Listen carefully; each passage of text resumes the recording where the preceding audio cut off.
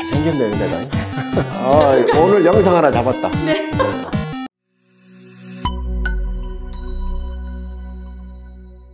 사무총장님 안녕하세요. 아이고, 네. 어서 오세요. 안녕하셨어요. 네. 네. 저는 오늘 오면서 사실 기대를 굉장히 많이 하고 왔는데 사무총장님이 그 기대를 굉장히 저를 충만하게 해주실 거라고 믿고 왔습니다. 너무 기대하지 마십시오. 네.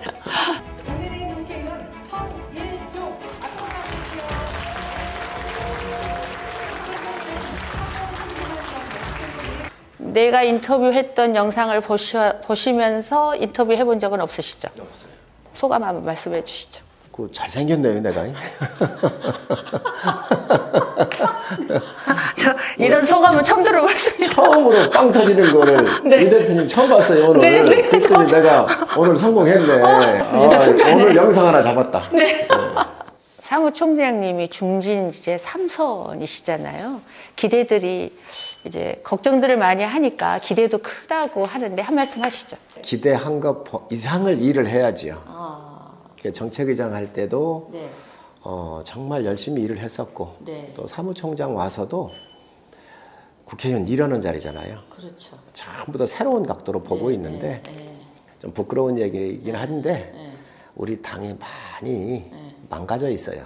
그렇다고 하더라고요. 그래서 그걸 다 다시 복원하는 일들을 지금 하고 있습니다. 정말 분초가 아까울 정도로 일하고 있습니다. 네.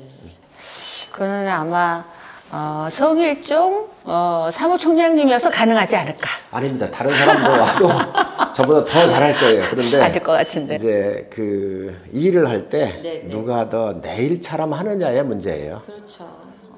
이 기업을 해본 사람들은 네. 밤낮이 없잖아요. 네. 항상 24시간 긴장하고 일을 하고 달려가고 현장으로 가잖아요. 이제 공직은 좀 그게 좀 약해요.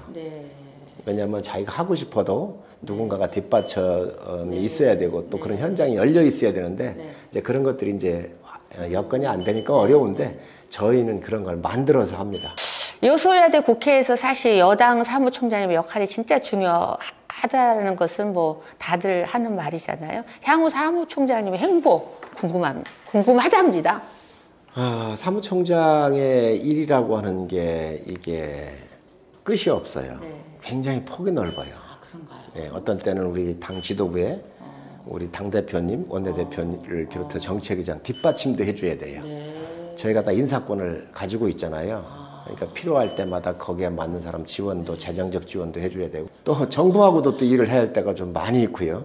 전국에 있는 국민을 상대로 해야 될 때도 있고 굉장히 폭이 넓다 보면 전당대회 하는 것도 제가 또 다 치러내잖아요. 유관기관들하고 유대관계라든가 여러 가지를 하는 폭이 넓어요. 그러다 보니까 큰 실적은 낼 수 없는 자리인데 몸은 바쁜 자리. 민생이 사실은 참 많이 힘들다 이런 말씀들 많이 하잖아요. 어떻게 챙길 것인지 궁금합니다. 정책의장 할 때 민생 참 많이 챙겼어요. 그러셨습니까? 그럼요. 심지어 보험료가 코로나 때 보험료가 자동차가 운행이 많이 줄어들었잖아요. 그래서 한 2% 정도를 보험료를 내린 적이 있어요. 예를 들면. 그리고 우리나라가 금융이 이제 4단계로 되어 있잖아요. 제1금융권. 좋은 은행들, 국민은행 같이 이런 데를 거래하는 분들은 사실 많지가 않아요. 그런가요? 큰 기업들, 뭐 대개 이제 신용이 좋은 상태죠. 신용 순서대로 가니까. 그 다음에 이제 두 번째 단계가 이제 신용금고라든지 새마을금고 뭐 이런 데들이에요.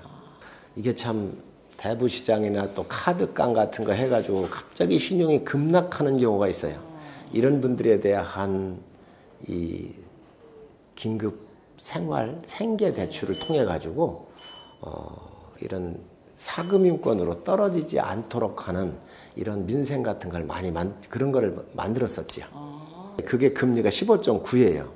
제가 그거를 3, 4%까지 주자고 강력하게 주장을 했었는데 대한민국의 금융체계가 이게 서 있는데 그러면 8, 9%, 10%씩 금리를 내는 사람은 그럼 어떻게 할 거냐 이런 문제를 들고 왔었어요. 그래서 그것을 제가 대안을 내면서 하려고 대안도 주고 그랬었는데 그거를 임기가 끝나는 바람에 끝까지 마무리를 좀 못했던 게 좀 아쉬운데 이제 사무총장을 하면서 이제 민생 말씀하셨잖아요. 이제 여기서는 어떤 거냐 그러한 큰 이익 집단들이 있어요. 예를 들면 뭐 요즘 같은 경우 한다면은 뭐 의사단체라든가 농민단체 이런 부분들이 이제 직능을 저희가 관리를 해요. 좀 크겠네요. 예, 직능을 대한민국의 모든 직능단체를 사무총장이 저희 당에서 관리를 하는데 이때 이제 오시면 입법이라든가 예산 같은 걸 서로 협의하고 도와주고 정책위하고 연결시키고. 아, 사무총장하고 친하게 지내요. 원래 친한데. 빵 안 터지시네. 원래 친한데 아이고 당황했어요.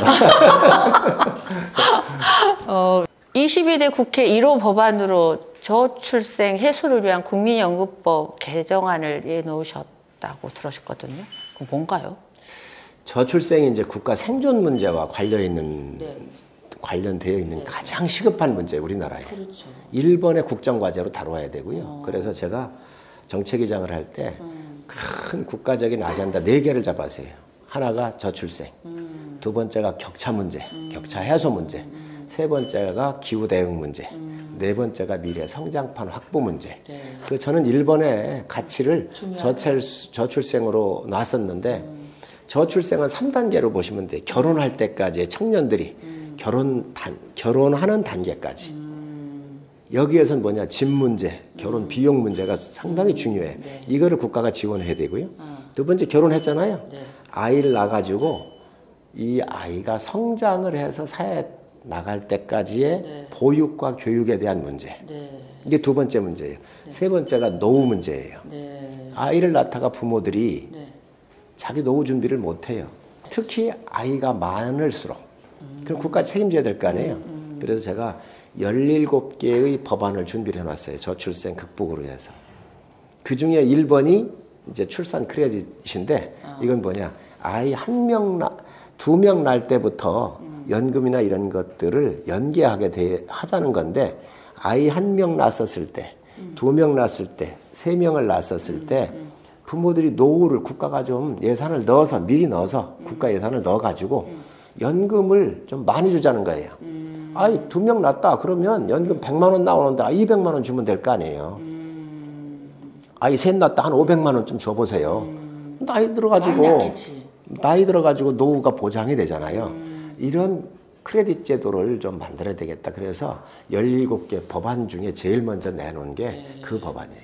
22대 국회에서 우선적으로 추진하고 싶은 정책이 우리 국민의힘 사무총장님께서 좀 있으십니까?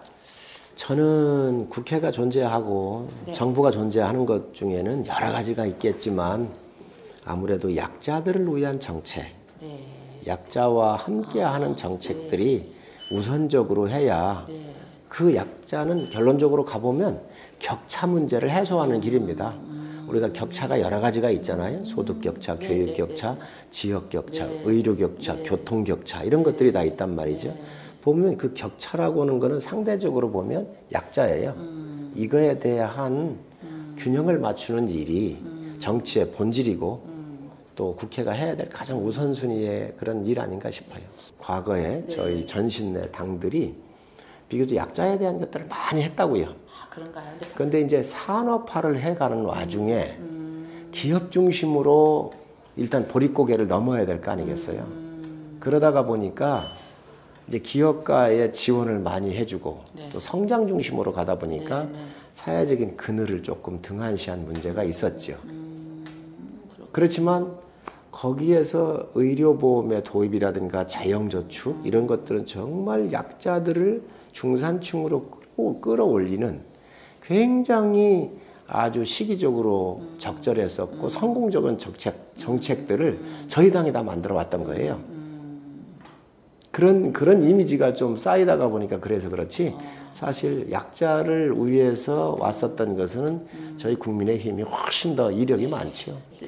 그런데 세금을 통해서 이 격차를 해소해야 되는 부분도 아주 중요한 정책 중에 하나예요. 국가가 그걸 어떻게 할 거예요.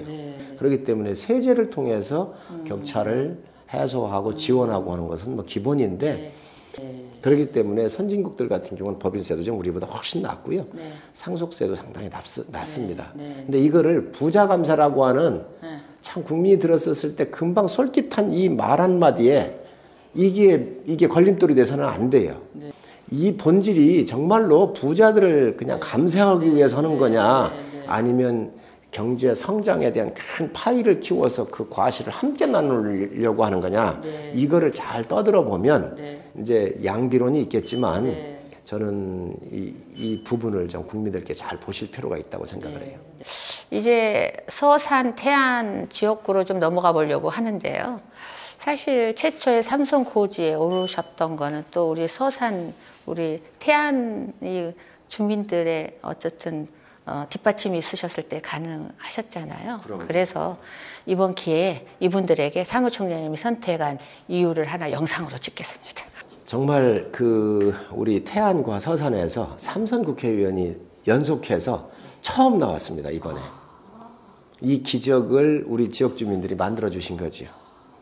저는 너무너무 감사하고 또 이 부분에 대해서 제가 다 갚으려고 그래요. 삼선으로 되기까지 여러 판단이 있으셨을 텐데 주말이면 늘 지역에 가서 늘 지역 주민하고 함께 현장에 머무르고 민원 듣고 이랬었던 것을 평가 아닌가 싶어요. 그리고 또 국회에 올라오면 열심히 일하는 모습을 보고 계시고 그래서 더 이렇게 신임을 해주셨는데 앞으로도 우리 지역, 대한민국을 위해서 정말 주민들의 뜻에 어긋나지 않도록 최선을 다해서 은혜를 갚도록 그렇게 하겠습니다. 네, 다시 한번 이 화면을 통해서 인사를 드리는데 그동안 많이 응원해 주신 우리 지역민들께 저는 무한히 은혜를 입었습니다. 꼭 갚도록 하겠습니다.